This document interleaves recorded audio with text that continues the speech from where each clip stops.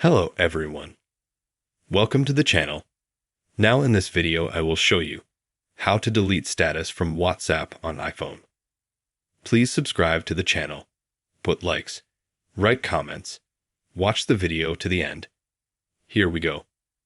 Go to WhatsApp on your iPhone or iPad. Then here we have calls, contacts, chats, settings. We press updates. At the top there's my status. Click on it.